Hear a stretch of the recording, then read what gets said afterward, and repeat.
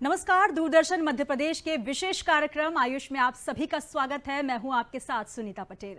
आयुष में हम बात करते हैं आपके जीवन में आ रही समस्याएं, स्वास्थ्य संबंधी समस्याएं और कैसे करें आप उनका निराकरण।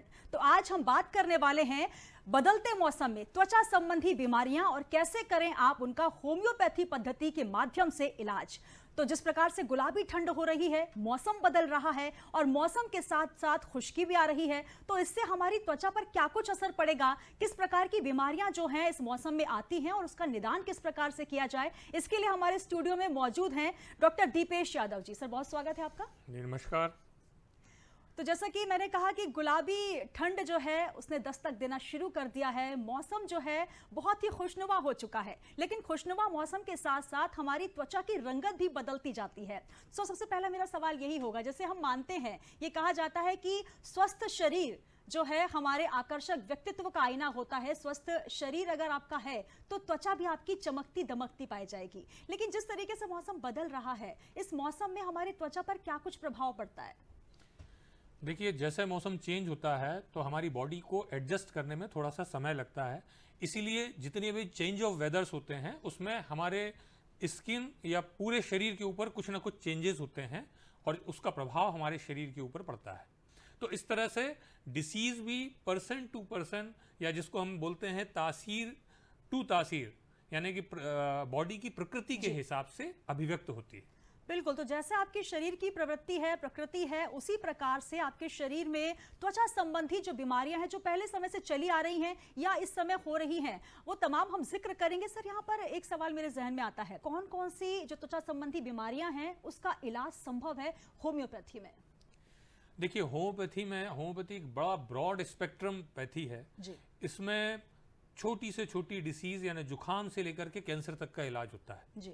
और जहाँ तक हम बात करें स्किन डिसीज में, स्किन डिसीज का होम्योपैथी में बहुत ही कारगर उपचार है। और सबसे अच्छी बात यह है, होम्योपैथी अकेली एक ऐसी पद्धति है जो डिसीज के कॉज तक जाती है और कॉज के साथ साथ उसमें आगे उसके रिपरकशंस क्या हो सकते हैं। कई बार ऐसा होता है कि डिसीज स्किन डिसीज आई, वो कहीं ना कहीं हमारे इंटरनल डिरेंजमेंट या हमारे अंदर जो विकार हैं उसको अभिव्यक्ति के फॉर्म में, स्किन के फॉर्म में बॉडी शो कर रही होती है। और हम किसी एक्सटर्नल कोई मलहम लगा के या एक्सटर्नल पेलिएशन से जब हम उस बीमारी को दबाते हैं तो दूसरी कई बीमारियां खड़ी हो जाती हैं। जैसे देखने को मिलता है कि एक्जिमा, डर्मेटाइटिस या कई ऐसी स्किन डिसीजेस हैं जिसको हम सप्रेस करते हैं तो अस्थमा की प्रॉब्लम बढ़ जाती है। और कई बार ऐसा देखा गया हमारे पास, अगर अस्थमा के या एलर्जी के केस आते हैं तो जब हम उनसे पूछते हैं कि आपको परेशानी कब से आई, तो वो बताते हैं 4 साल या 5 साल पहले से आई और उस समय हमने ये स्किन डिसीज को इस तरह से पेलिएट किया था। तो वो डिसीज तो पेलिएट हो गई थी, लेकिन उसके बाद से अस्थमा और एलर्जी बना रहने लगा। लेकिन जब हम प्रॉपर केस टेकिंग करके और उसका सही इलाज उसको देते हैं तो अस्थमा और एलर्जी में रिलीफ लगता जाता है और अगेन वो डिसीज फिर से रीअपियर होती है और अपने आप धीरे से वो खत्म हो जाती है। तो इससे बोलते हैं डिसीज का परमानेंट क्योर होना। बिल्कुल। तो ये बहुत जरूरी चीज आपने बताई, क्योंकि ऐसा माना जाता है सर, जब कोई भी बीमारी होती है, दस्तक देती है, त्वचा संबंधी बीमारी की हम बात करें, क्योंकि त्वचा की बात हो रही है तो ऊपरी भाग में ही दिख जाती है कि कौन सी बीमारी हमारी त्वचा में आनी शुरू हो चुकी है। रैशेस है, एलर्जी है, एक्जिमा है, तमाम तरीके के रोग हैं। इसमें सबसे महत्वपूर्ण जो बात होती है अगर होम्योपैथी में, कि रूट कॉज देखा जाता है। पहले तमाम लक्षण जो है या आपका लंबे समय से जो एक पूरा शरीर का चक्र रहा है, वो तमाम चीजें इसमें देखी जाती है, उसके बाद इलाज शुरू होता है। या फिर एलोपैथी में हम देखते हैं ऊपरी इलाज कर लिया जाता है, या फिर जो पेशेंट्स होते हैं वो बचना चाहते हैं एक लंबे इलाज से, तो स्टार्टिंग जो है वो एलोपैथी से कर लेते हैं। अगर एलोपैथी की दवाई लेकर कोई पेशेंट आपके पास आते हैं, एक लंबा ड्यूरेशन हो चुका है उनको त्वचा संबंधी बीमारी का, तो फिर कैसे इलाज होम्योपैथी में किया जाता है?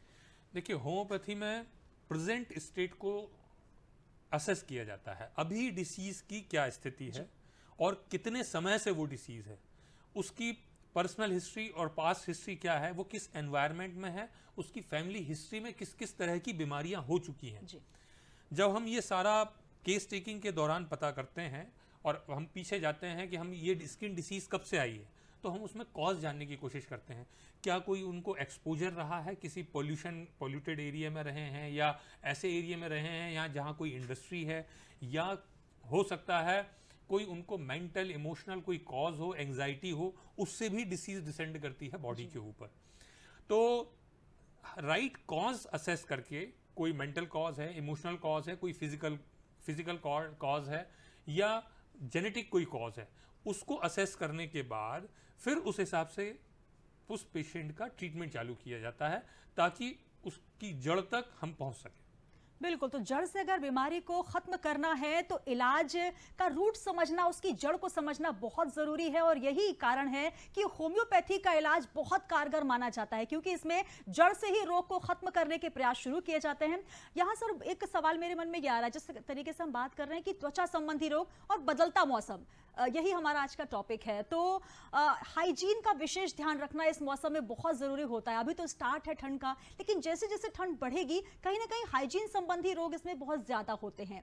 तो वो कौन से रोग हैं और किस तरीके से उसका इलाज संभव है? देखिए, हाइजीन तो एक सबसे ज़्यादा इम्पोर्टेंट है ही, हम क्लीनलीनेस बहुत ज़्यादा ज़रूरी है जी। लेकिन साथ साथ स्किन की केयर भी ज़रूरी है। जैसे हम अपने शरीर को साफ करते हैं, सोप्स यूज़ करते हैं, सोप भी अगर यूज़ करें तो उसकी TFM वैल्यू यानी टोटल फैटी मैटर उसमें ज़्यादा होना चाहिए। आप देखिए अगर 76% के आसपास अगर TFM है तो ऐसे सोप्स ज़्यादा अच्छे होते हैं।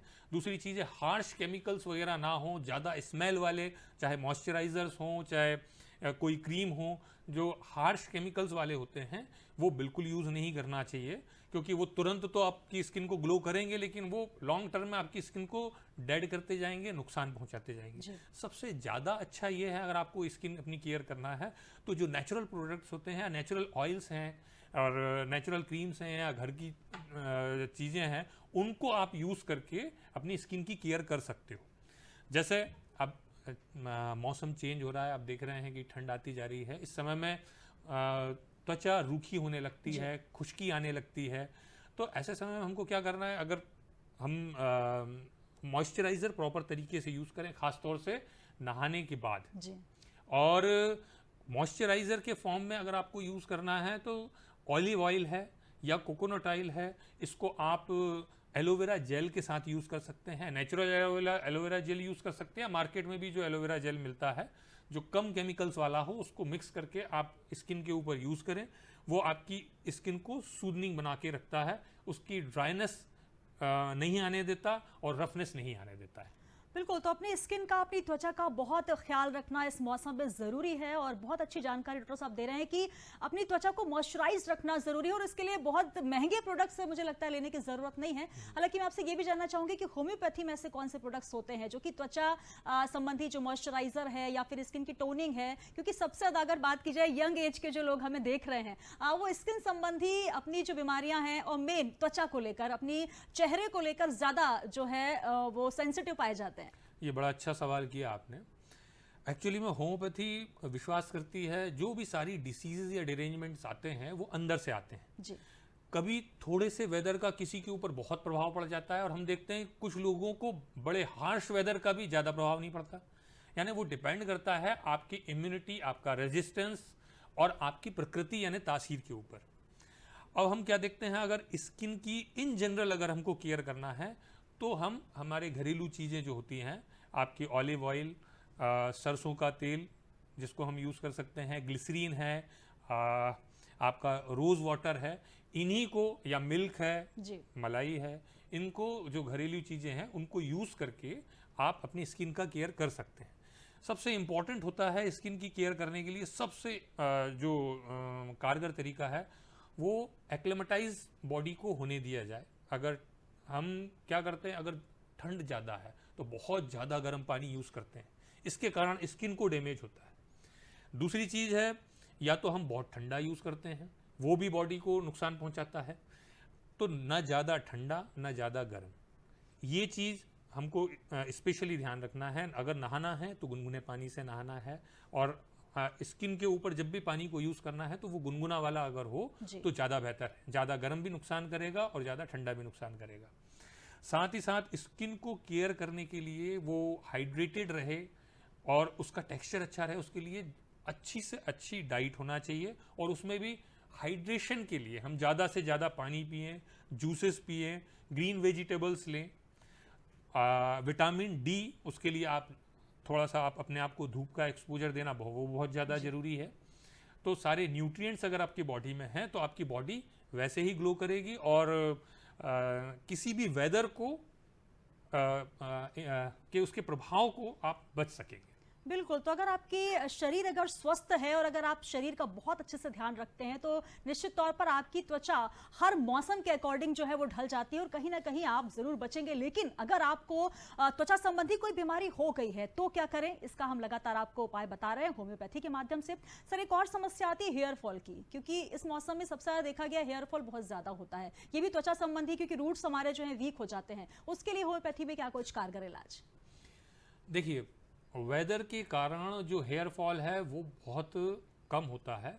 डिसीजेज या अंडरलाइंग रीजंस के कारण हेयर फॉल ज़्यादा होता है। हाँ, डेंड्रफ वगैरह ये कुछ प्रॉब्लम्स ये बढ़ जाती हैं वेदर के साथ। किसी पर्टिकुलर मौसम में ये परेशानियां बढ़ जरूर जाती हैं।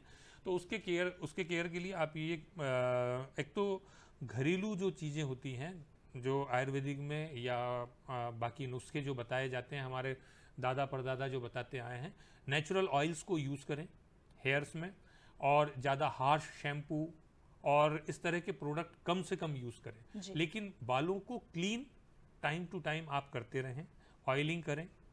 तो ये हमारे जो हेयर हैं उसको, उसकी हेल्थ को बेटर रख सकता है। बिल्कुल। तो ऑयलिंग जो है रूटीन में शामिल करें। हॉट ऑयल मसाज जो है वो भी बहुत अच्छी थेरेपी होती है। त्वचा संबंधी किस तरीके से आप अपने सेहत को बरकरार रख सकते हैं, ये हम जानने का पूरा प्रयास कर रहे हैं। डॉक्टर साहब हमारे साथ जुड़े हुए हैं। सर, एक सवाल ये भी आता है कि त्वचा की जब बात की जाती है, कुछ क्रॉनिक कुछ एक्यूट डिसीजेज भी होती हैं जो त्वचा संबंधी होती है। ये भी आप बताएं कि क्या कोई ऐसी भी बीमारी है त्वचा संबंधी जो कि होम्योपैथी में असाध्य या असंभव मानी गई है, या सारे इलाज इसमें संभव माने गए हैं? देखिए, होम्योपैथी में लगभग सारी बीमारियों का इलाज है और अधिकतर स्किन डिसीजेस इसमें क्यूरेबल है। हम डिसीज के हिसाब से ट्रीटमेंट नहीं करते हैं, पर्सन के हिसाब से ट्रीटमेंट करते हैं। किस तासीर के पर्सन को किस तरह की डिसीज है। कई बार ऐसा होता है, जैसे हम सोरायसिस को ही मान लिया जाए, तो हर पैथी में अधिकतर बोला जाता है कि ये इनक्यूरेबल है ना। लेकिन होम्योपैथी में काफ़ी अच्छा क्योर इसमें अवेलेबल है, लेकिन it differs patient to patient कि उसकी तासीर क्या है और किस तरह का उसको ट्रीटमेंट दिया जा रहा है। कई बार ऐसा होता है कि बड़े टफ केस बहुत कम समय में क्योर हो जाते हैं, और कई बार छोटे छोटे जो केस होते हैं, सोरायसिस के भी अगर छोटे से पैचेस हैं उसको ठीक होने में लंबा समय लग जाता है जी। तो ये डिफर करता है प्रकृति के ऊपर, टाइप ऑफ डिसीज के ऊपर, डायग्नोसिस के ऊपर, और उनकी फैमिली हिस्ट्री वगैरह क्या रही है उसके ऊपर। तो इस तरह से क्योर हर डिसीज का डिफर करता है। और होम्योपैथी में अधिकतर डिसीजेस का चाहे स्किन डिसीज हो चाहे किसी भी तरह की डिसीज हो, बहुत अच्छा जड़ से इलाज है। बिल्कुल, जड़ से इलाज संभव है। लेकिन आपने बहुत अच्छी बात करी कि जो डायग्नोज है वो अगर समय पर हो जाए। यहाँ एक सवाल सर ये भी उठता है कि क्या कोई ऐसे पेशेंट भी आपके पास आते हैं जो इलाज कराने में बहुत लेट हो गए हैं, जो बीमारी है उनकी बहुत ज़्यादा बढ़ गई है, इस तरीके के अगर पेशेंट्स आते हैं तो कैसे आप उनका फिर इसमें इलाज करते हैं होम्योपैथी के माध्यम से? देखिए, कई बार डिसीज़ हमारे पास, अगर मैं सोरायसिस की बात करूँ, क्योंकि सबसे टफेस्ट डिसीज़ में से आता है सोरायसिस। कई लोग 10 साल, 12 साल, 15 साल, 20 साल, 25 साल बाद भी आते हैं, और वो हर तरह का सब कुछ ट्रीटमेंट करवा चुके होते हैं। तो वहाँ पर क्या होता है, बॉडी उससे एकस्टम्ड हो चुकी होती है, उससे बहुत ज़्यादा जुड़ चुकी होती है। उस डिसीज़ को क्योर करने में काफ़ी लंबा समय लगता है। उसका डायग्नोसिस प्रॉपर तरीके से करना, और पूरा उस 15, 20 या 25 साल की पूरी हिस्ट्री जानना, और किस कारण से वो डिसीज़ शुरू हुई थी, वो उसका राइट डायग्नोसिस करके जब हम राइट मैनेजमेंट करते हैं, सही फॉलोअप करते हैं, तो वो बीमारी भी धीरे धीरे करके रिलीफ होने लगती है। तो बिल्कुल सही समय पर चिकित्सीय परामर्श लेना बहुत ज़रूरी है। और अगर आपकी बीमारी डायग्नोज हो गई है और सही चिकित्सक के पास आप पहुंच गए हैं, होम्योपैथी का इलाज आपने शुरू कर दिया है, तो यकीन मानिए बड़ी से बड़ी बीमारी और जो लंबे समय से बीमारियां चली आ रही हैं वो भी ठीक हो सकती हैं। सोराइसिस जैसी जिसे हम लगभग खतरनाक बीमारी ही मानते हैं, जो कि एक असाध्य रोग जैसा देखा जाता है, उसका इलाज भी होम्योपैथी में संभव है। तो त्वचा संबंधी जो भी बीमारी है उसका सबका इलाज आपको होम्योपैथी में मिलेगा। लेकिन जरूरत है कि आप सही सही समय पर सही डॉक्टर के पास पहुंच जाए। और हमारे पास डॉक्टर साहब मौजूद है जो कि बहुत अच्छी जानकारियां दे रहे हैं। सर, यहाँ पर हम जब बात कर रहे हैं त्वचा की, तो सबसे इंपॉर्टेंट हमारा माना जाता है फेस, क्योंकि स्किन में अगर मुहासे हो, अगर पिंपल्स हो, तो कहीं ना कहीं हमारा पूरा व्यक्तित्व जो है वो अलग तरीके से नजर आता है। उसके लिए आप होम्योपैथी में क्या रेमेडीज देते हैं? देखिए, उसके भी कॉज अलग अलग होते हैं। आजकल जैसे हमारे पास अधिकतर जो पेशेंट आते हैं फेस पे इरप्शंस के लिए, कई बार कॉज होता है मेंस्ट्रुअल डिस्टर्बेंस जी। फीमेल्स में। कई बार ऐसा होता है एडोलेसेंट स्टेज यानी प्यूबर्टी स्टेज, जब 14, 15, 16 साल की उम्र में हार्मोनल चेंजेस बच्चों में हो रहे होते हैं, वहाँ पर इरप्शंस, फेस पे इरप्शंस आना चालू होते हैं, तो वो एक अलग कॉज हो गया। फिर कई बार होता है स्ट्रेस के कारण लोगों में इस तरह की डिसीजेस होना चालू होती हैं।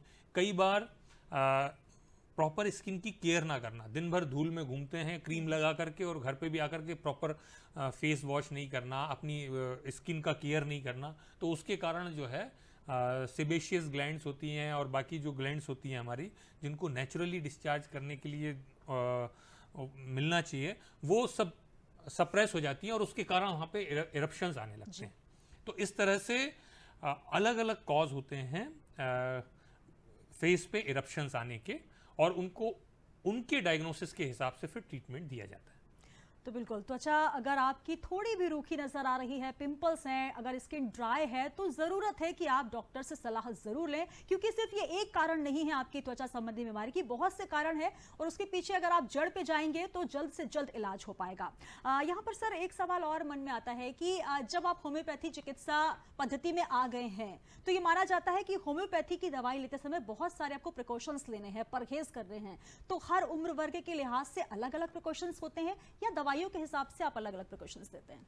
बहुत अच्छा सवाल है। इसमें जो प्रिकॉशंस बताए जाते हैं, एक होता है डिसीज के लिए प्रिकॉशन।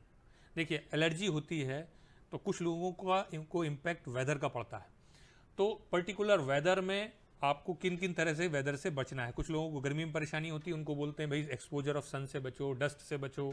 कुछ लोगों को ठंड से परेशानी होती है, बोलते हैं भाई ठंडी हवा से आप बचो, ठंडी चीज़ों से बचो।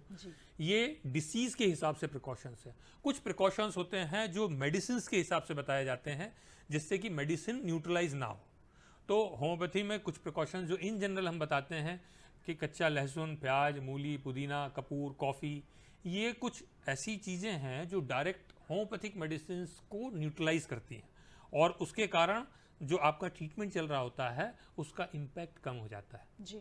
तो ये दोनों तरह के प्रिकॉशंस बताए जाते हैं, डिसीज के हिसाब से क्या प्रिकॉशन रखना है, और दूसरा मेडिसिन आपकी सही तरह से काम करती रहें उसके हिसाब से क्या प्रिकॉशंस रखना है।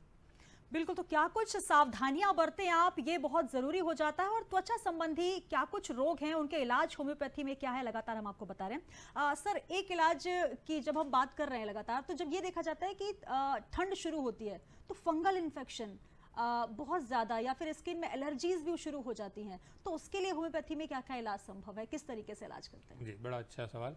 इसमें यह है कि आप देखें, एक तो फंगल इन्फेक्शन के बारे में अगर हम बात करें, ये मॉइस्चर के कारण खासतौर से ज़्यादा होता है। जिनको पसीना ज़्यादा निकलता है, खासतौर से ग्रॉइन रीजन में और हमारे थाइस के आसपास, वहाँ पर हम नहाने के बाद या बाकी समय पे अगर कुछ लोगों को वहाँ पसीना ज़्यादा निकलता है और नहाने के बाद भी हम वहाँ का अगर मॉइस्चर प्रॉपर तरीके से ड्राई नहीं होने देते और फिर दिन भर वर्किंग करते रहते हैं, तो उसके कारण कुछ लोगों की जिनकी तासीर इस तरह की सेंसिटिव है, तो वहाँ पर फंगस डेवलप होने लगती है जी। और फिर इचिंग होती है और फिर सारी परेशानियाँ चालू होने लगती हैं। तो उसका केयर करना ज़्यादा ज़रूरी है। फिर तासीर के हिसाब से हम उसके लिए ट्रीटमेंट देते हैं, ताकि उसकी जो सेंसिटिविटी है उस जगह पे स्किन की, उस तरह का पसीना ना निकले या उस तरह के फंगस वहाँ पे डेवलप ना हो, उस तरह की मेडिसिन दी जाती हैं। और एक्सटर्नल यूज़ के लिए भी कुछ दिया जाता है, जिससे कि वो वहाँ पर बेटर रहे। साथ ही साथ वेदर के साथ में जो सबसे ज़्यादा आजकल देखने को मिलता है वो है एलर्जिक प्रॉब्लम्स, अर्टिकेरिया देखने को मिलता है। अधिकतर लोगों को ये चेंज ऑफ वेदर में या ठंड होने लगती है तो अर्टिकेरिया, जिसको हम बोलते हैं पित्ती उछल आना, रेडनेस आ जाती है, खुजली होती है, फूल जाता है पूरे बॉडी में, इचिंग वगैरह होने लगती है। और उसके कारण पित्ती उछलने के कारण सामने वाला जो है ना प्रॉपर तरीके से नींद ले पाता है, ना उसका कहीं अपने काम में दिमाग लगता है, और बड़ा इरिटेशन होता है। उसके कारण बार बार जो एंटी एलर्जिक्स लिए जाते हैं, फिर उसके भी कई साइड इफ़ेक्ट महसूस होते हैं। तो ये भी एक एलर्जी वाली जो प्रॉब्लम है, जिसका होम्योपैथी में बहुत ही सटीक उपचार है और इसको जड़ से ठीक किया जा सकता है, क्योंकि ये बीमारी है जो कि बार बार पलट पलट के आती है। थोड़ा सा वेदर चेंज हुआ, आपने थोड़े एंटी एलर्जिक लिए, 2-4-5 दिन ठीक रहा, फिर परेशानी लौट के आ जाती है। तो होम्योपैथी में हर तरह से, चाहे फंगल इन्फेक्शन हो, चाहे एलर्जिक इन्फेक्शन हो, जी सभी को सही तरीके से मैनेज किया जा सकता है, उनका प्रॉपर डायग्नोसिस करके। और सर, एक मिथ जो है हमेशा होम्योपैथी के बारे में कहा जाता है, जैसे ये कहा जा रहा है कि लंबे समय से बीमारियां हैं उसका इलाज भी होम्योपैथी में है, लेकिन एक लंबा समय भी लेता है होम्योपैथी का इलाज। इसमें कितनी सच्चाई मानेंगे आप? देखिए क्या होता है, होम्योपैथी में अधिकतर सब जगह से लोग इलाज करवाने के बाद ही आते हैं। जी अधिकतर लोग, आप 70-80% लोग पहले अलग अलग पैथीज में इलाज कर लेते हैं, उसके बाद आते हैं। और उनकी सफरिंग्स होती हैं कई सालों की, किसी की 2 साल, 5 साल, 10 साल। और इतना लंबा समय जब गुजार करके पेशेंट आता है, और उसको अगर हम कुछ महीने में भी ठीक कर देते हैं, जी 10 साल का पेशेंट, 10 साल से बीमार पेशेंट अगर साल 6 महीने में अगर क्योर हो जाता है, तो मेरे हिसाब से ये बहुत फास्ट है। क्योंकि 9 साल उसने बाकी पैथीज को दिया, अगर साल 6 महीने में अगर होम्योपैथी में क्योर हो रहा है, तो ये बहुत फास्ट है। अब दूसरी बात करें एक्यूट डिसीज में, जी होम्योपैथी अगर राइट डायग्नोसिस हो, तो जितनी भी एक्यूट डिसीज होती है, वायरल है, किसी भी तरह का सर्दी जुकाम बुखार, या लूज मोशंस हैं, डिसेंट्री है, पेट दर्द है, जो एक्यूट डिसीजेज हैं, चाहे टाइफाइड है, इस तरह की जितनी भी एक्यूट डिसीज है, उनका बहुत जल्दी असर होम्योपैथी दवाइयों का उन बीमारियों पर होता है। कई बार देखने को मिलता है कुछ मिनट और कुछ घंटों में पेशेंट काफी रिलीफ हो चुका होता है। बिल्कुल, तो पर्सन टू पर्सन और डिसीज टू डिसीज जो है वो इलाज एक्यूट संभव है। डिसीज अगर हैं, तुरंत की बीमारियां हैं तो तुरंत ठीक होती हैं, लंबी बीमारियां हैं तो डेफिनेटली वो लंबा टाइम लेती हैं, बिल्कुल, तो क्योंकि आप उसके कॉस्ट तक जाना। जरूरत है कि आप सही समय पर डॉक्टर के पास पहुंचे। होम्योपैथी में हर असाध्य जो बीमारी है उसका इलाज संभव है, लेकिन इसके लिए ये जानना भी बहुत ज्यादा जरूरी है कि अगर आप त्वचा को स्वस्थ रखना चाहते हैं, अगर आकर्षक बनाना चाहते हैं, तो एक हेल्दी डाइट को फॉलो करें। आपका जो आहार विहार है बहुत अच्छा होना चाहिए, ताकि दवाइयों के साथ साथ आप स्वस्थ रह सके, क्योंकि हमारा जो चेहरा है हमारे व्यक्तित्व का दर्पण माना जाता है, हमारी त्वचा हमारे व्यक्तित्व का दर्पण मानी गई है। तो स्वस्थ रहिए, खुश रहिए। आयुष के इस विशेष कार्यक्रम में इतना ही, और हमारे साथ जुड़े डॉक्टर दीपेश यादव सर, बहुत शुक्रिया आपका हमारे साथ जुड़ने के लिए। बहुत बहुत धन्यवाद। तो हम फिर हाजिर होंगे आयुष में एक विशेष टॉपिक के साथ, और आपके स्वास्थ्य से जुड़ी तमाम जो समस्याएं हैं उनका समाधान लेकर। तब तक इस विशेष कार्यक्रम में इतना ही, दीजिए मुझे इजाजत, नमस्कार।